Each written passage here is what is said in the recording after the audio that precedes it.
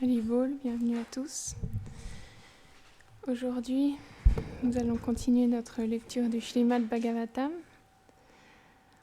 deuxième chant, chapitre 7, verset 49. Avant de parler, je demande les bénédictions de mon maître spirituel, de Srila Prabhupada, de toute l'affiliation spirituelle et de tous les dévots assemblés. Om Namo Bhagavate Vasudevaya.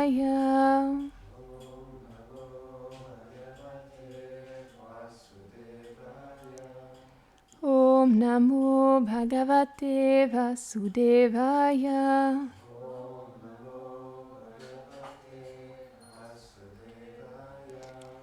Om Namo Bhagavate Vasudevaya.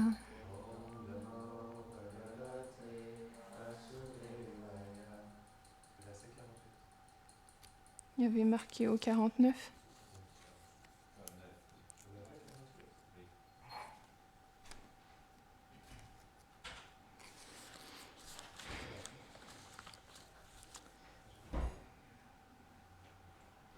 Ya Shreya Samapi Vibhur Bhagavan Yatosya.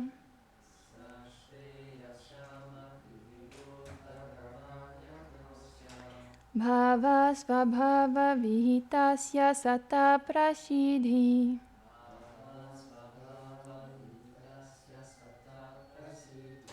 Dehe Svadhatu Vigamenu Vishiryamane.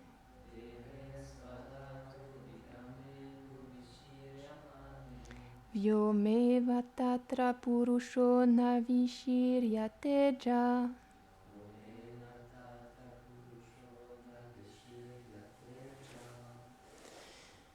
Traduction. C'est le Seigneur qui accorde le fruit des actions à l'homme. Sans sa grâce, aucune récompense ne peut être atteinte, qu'on soit un yogi, un gyani ou un karmi. C'est lui seul qui peut accorder la libération aux aspirants respectifs. Si un pratiquant meurt avant d'avoir atteint l'émancipation finale, le mérite spirituel qui a été acquis n'est pas perdu à la disparition du corps matériel. Un tel mérite spirituel est la qualité de l'âme. Quand le corps matériel se résorbe à l'intérieur de ces éléments desquels il est composé, l'âme qui ne connaît réellement aucune naissance et qui est comme l'éther, non affectée par tous les éléments matériels, ne périt pas, et donc le mérite spirituel non plus. Commentaire. Selon Shrila Vishwanath Chakravarti Thakur, ceux qui désirent accéder à la réalisation du Brahman et du Paramatma sans adorer la personne suprême ne peuvent atteindre leur but, car c'est elle qui donne le fruit de toutes les pratiques. Ainsi, ceux qui sont engagés dans les voies du Gyan, ceux qui cherchent la libération impersonnelle, du Yoga, ceux qui cherchent la réalisation de l'âme suprême, et du Karma, ceux qui cherchent à atteindre les planètes édéniques, doivent l'adorer pour atteindre leur but. En adorant Bhagavan, la personne suprême, et non en adorant ses aspects partiels de Brahman et Paramatma, on peut atteindre la plus haute perfection, ceci en étant engagé dans la plus haute pratique spirituelle qui est d'écouter, de chanter, etc., ce qui a trait à ses noms, à sa forme, à ses attributs et à ses divertissements, selon la nature du sentiment de l'adorateur. Si un dévot abandonne son corps avant d'atteindre la perfection dans sa pratique spirituelle, qu'arrive-t-il ? L'âme est éternelle. Bien que le corps matériel se dégrade, lorsque l'âme le quitte, elle ne dépérit jamais, tout comme l'éther qui est dans le corps. Il renaît dans un corps et un endroit favorable selon ses impressions passées, en relation avec ses pratiques de la bhakti, du service de dévotion, du gyan ou du yoga. Il pourra reprendre sa pratique spirituelle là où il s'était arrêté et se voit donner une autre chance d'atteindre son but. Il est dit dans la Bhagavad Gita, Tatratam buddhi samyogam labhate purva dehikam yatate cha tato bhuya samsido kuru nandana. Ô fils de Kuru, ce yogi, n'ayant pas atteint le succès, retrouve alors sa conscience divine en relation avec l'âme suprême acquise dans sa vie passée et s'efforce à nouveau d'atteindre la perfection du yoga.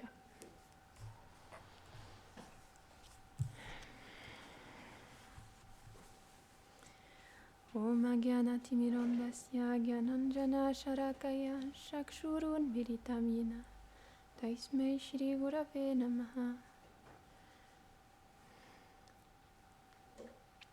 Jai Shri Krishna Chaitanya Prabhu Nityananda Shri Advaita Gadadhara Shri Gora Bhakta Vrinda. Hare Krishna Krishna Krishna Hare Hare Hare Rama Rama Rama Hare Hare. Vrindaye Tulasi Deviaye Priyaye Keshavasya Cha Krishna Bhakti Pradedevi Satyavatye Namo Namaha.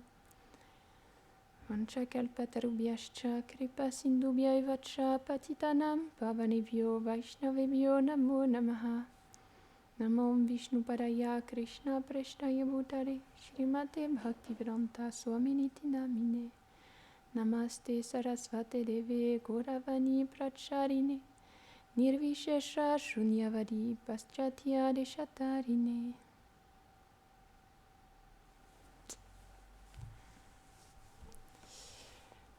C'est rassurant de savoir que qu'on a plus qu'une vie pour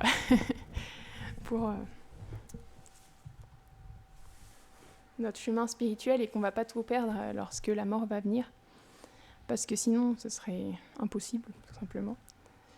Le mérite spirituel qu'on qu'on acquiert au cours de notre vie, il est éternel, parce qu'il touche à l'âme, comme c'est dit dans ce verset-là. On le transporte vie après vie après vie, jamais il peut s'effacer.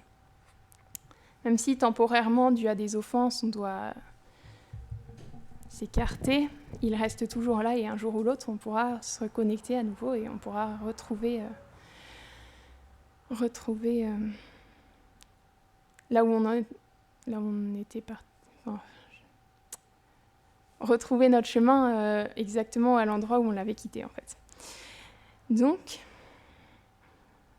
c'est tout ce qu'on fait qui est en lien avec l'âme spirituelle, avec notre relation éternelle avec Krishna, tout dans les moindres détails, même les choses dont on ne se rend pas compte, elles comptent et elles sont des acquis éternels et plus précieux que toutes les actions qu'on pourrait faire dans ce monde. Et donc, on peut voir que dans le Srimad Bhagavatam, il y a beaucoup d'exemples comme ça qui sont donnés de dévots qui retrouvent... l'exemple premier auquel je pense, évidemment, c'est le roi Bharat, qui en quittant leur corps,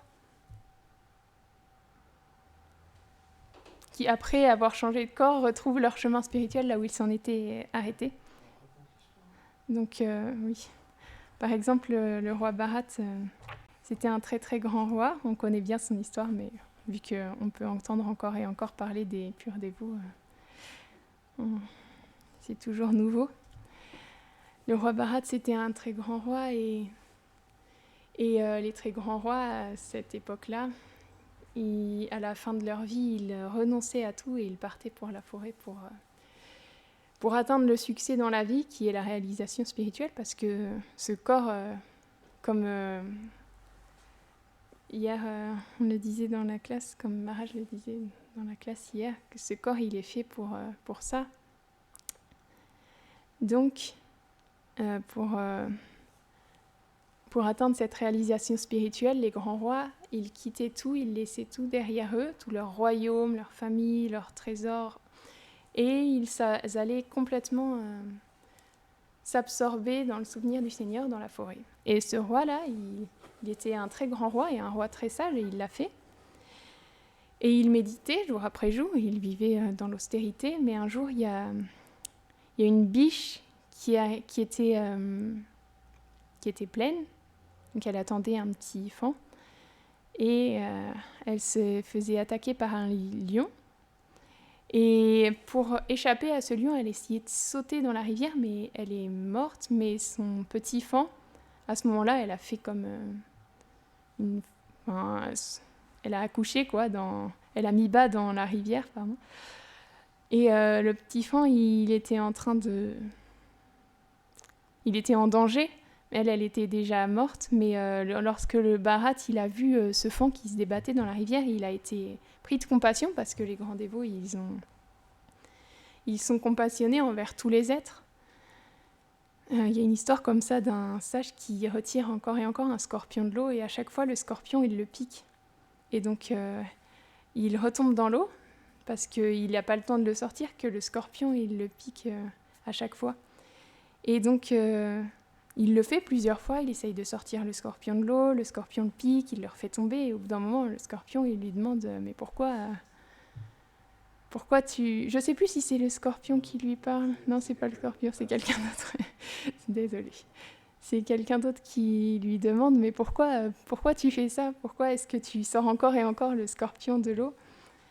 Et ça, j'y réponds de la même manière que ce scorpion, c'est dans sa nature de piquer.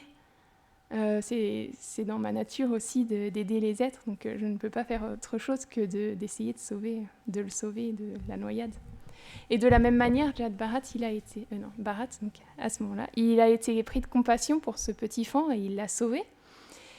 Et étant donné qu'il était orphelin, il a pris soin de lui.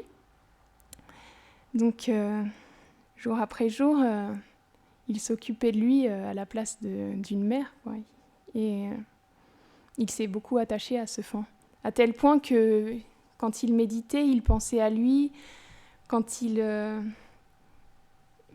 tout ce qu'il faisait, toutes les actions qui auraient dû être dédiées au Seigneur, elles étaient remplies par la pensée de ce petit fan. Et donc, c'est comme si... bien sûr, c'est un divertissement parce que le roi Bharat n'était pas n'importe qui, mais il s'est un peu égaré comme ça.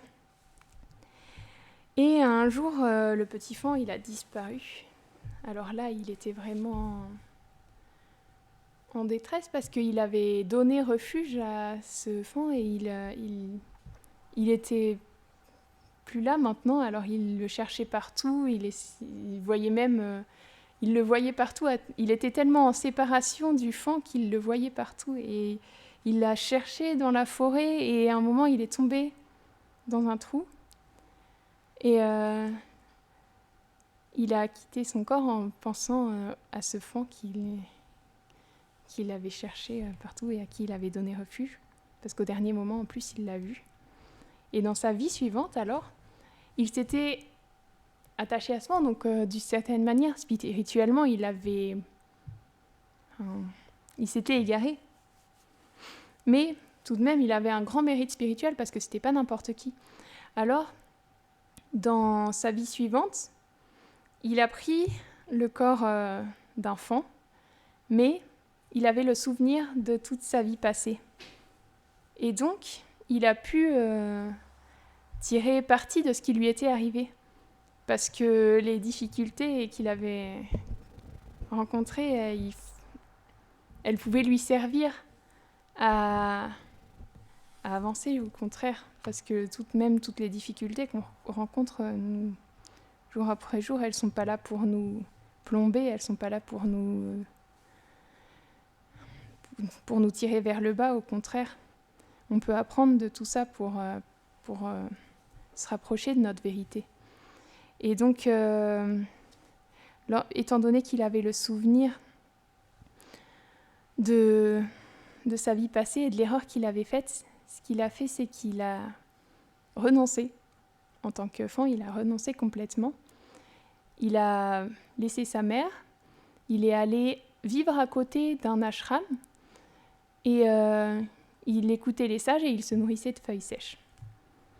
Il a passé sa vie comme ça, de fan, à se nourrir de feuilles sèches à côté d'un ashram, d'un ermitage. Et donc, dans sa vie suivante, il a pu de nouveau retrouver un corps d'homme. Et en plus, c'était pas n'importe qui, parce que c'était le fils d'un très grand brahmana. Et donc, c'était des grands sages. Et lui, il avait encore le souvenir de ce qui lui était arrivé. Alors, pour pas retomber dans ce piège-là, parce qu'il voulait pas recommencer les mêmes erreurs, ce qu'il a fait, c'est que il s'est fait passer pour un ignorant, pour un simple d'esprit. Il était très sage, mais il se faisait passer pour un simple d'esprit. Et Jat Bharat, c'était vraiment... À ce moment-là, il s'appelait Jat Bharat et c'était comme une force de la nature. Il était très grand, très imposant et il avait ce comportement d'être simple d'esprit. Et donc, ses frères, ils n'étaient pas très respectueux envers lui. Son père, il avait beaucoup d'affection pour lui et il lui apprenait à chaque fois les règles qu'il fallait qu'il suive. Mais lui, il faisait toujours tout dans le sens inverse. Il faisait exprès, bien sûr, parce qu'il ne voulait pas être pris par l'orgueil ou pour la position ou par n'importe quel piège qui pourrait se présenter à lui dans cette naissance de Brahmana. Et donc ses frères, ils lui faisaient faire des tâches vraiment ingrates, ils lui passaient les restes de nourriture qui n'étaient pas très savoureux. Et donc il surveillait un moment dans les champs, il surveillait le troupeau, je sais pas, c'était quoi, oui, il surveillait son troupeau. Et à ce moment-là, il y a un roi qui est passé sur un palanquin, il était porté par des porteurs, sauf qu'il y a un porteur qui s'était fait mal, qui s'était blessé, en tout cas il manquait un porteur, quoi qu'il lui soit arrivé.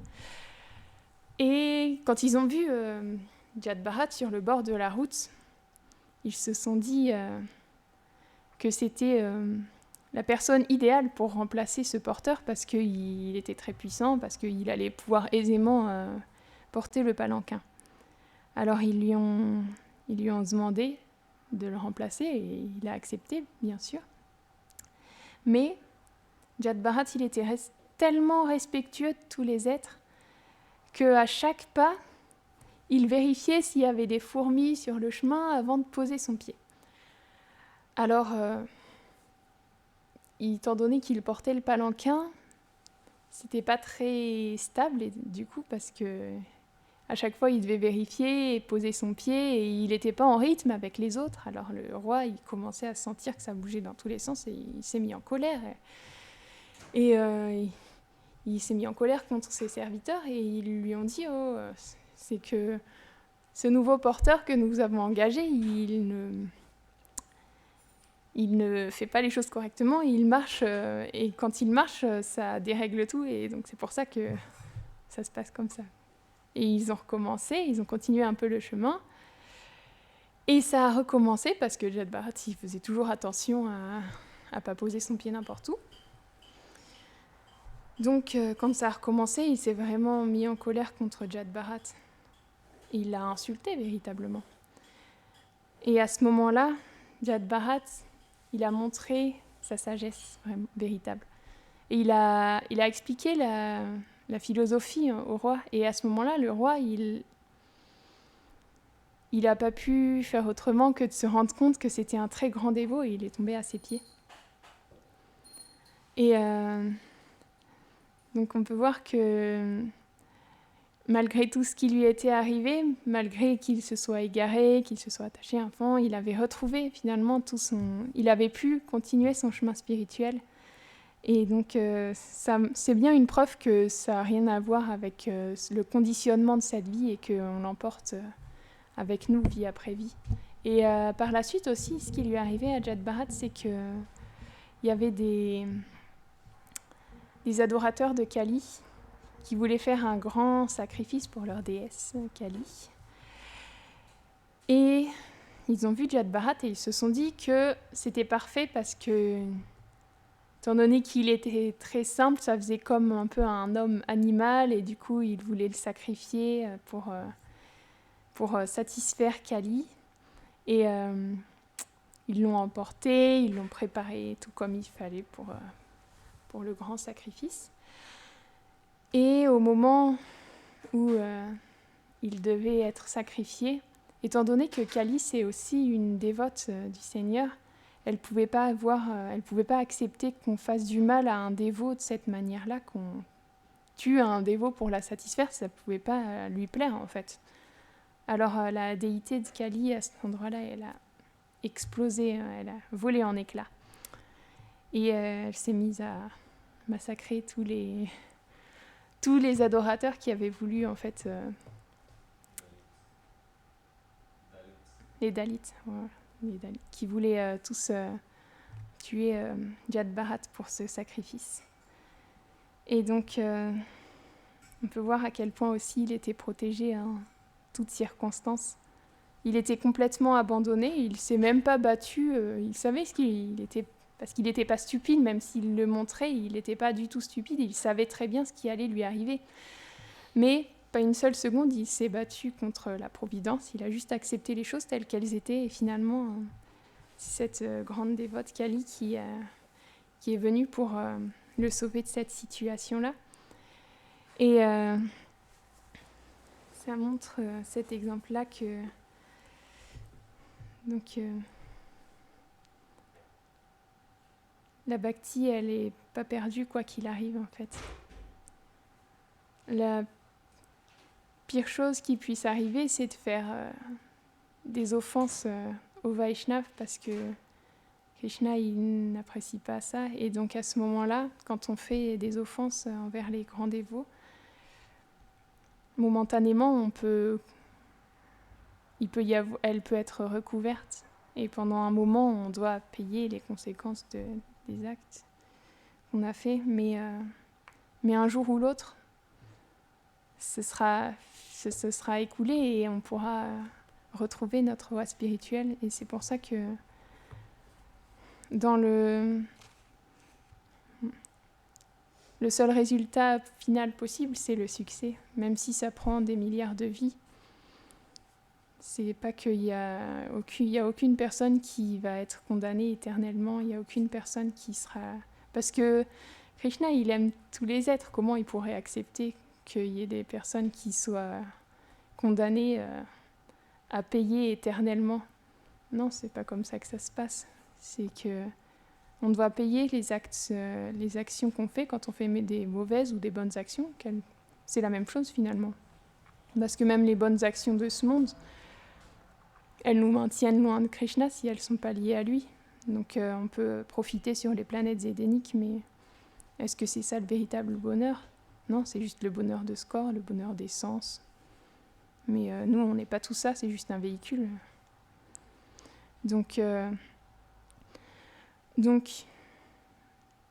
peu importe ce qu'on fait, la destination, l'ultime destination, la seule chose qui pourra arriver au final, c'est de retrouver notre lien avec Krishna. Parce que Krishna, il attend et puis il laissera personne être oublié indéfiniment, c'est normal. On ne peut pas imaginer ça parce qu'on est tellement limité, mais Krishna, il est illimité et il a une relation particulière avec chaque être qui existe. Il y a des milliards et des milliards et des milliards et des milliards d'êtres de Jiva et chacun a une relation spéciale avec Krishna que personne d'autre ne peut remplacer. Et c'est beau de se dire ça parce que je pense que tous les êtres dans ce monde, ils ont envie d'exister pour quelqu'un, d'avoir une place particulière aux yeux de quelqu'un. Mais en fait, c'est normal parce qu'on cherche ça avec Krishna. Parce que c'est notre raison d'être, cette relation avec Krishna, de lui offrir un service que, bien sûr, c'est par la grâce. C'est pas qu'on sert directement Krishna, on va servir les dévots qui servent Krishna, mais il nous engage dans un service et personne d'autre que nous ne pourra remplacer. Parce que sinon, à quoi ça sert qu'on existe? Donc, à ce moment, c'est notre seule raison d'être. Alors, et bien sûr, il faut être patient parce qu'il y a plein de contraintes, plein d'obstacles dans ce monde. On est tellement conditionnés. On a tellement de chemin à faire, mais on est là, on écoute parler de Krishna tous les jours, on est dans l'association des dévots. On chante ses noms encore et encore, même si on fait des offenses, on essaie toujours de faire mieux et il ne faut pas perdre espoir. La patience et la détermination, c'est ça qui compte. Donc, il faut juste continuer, comme Gurudev le dit souvent. Est-ce que vous voulez rajouter quelque chose ou... Jai Shrimad Bhagavatam Ki Jai.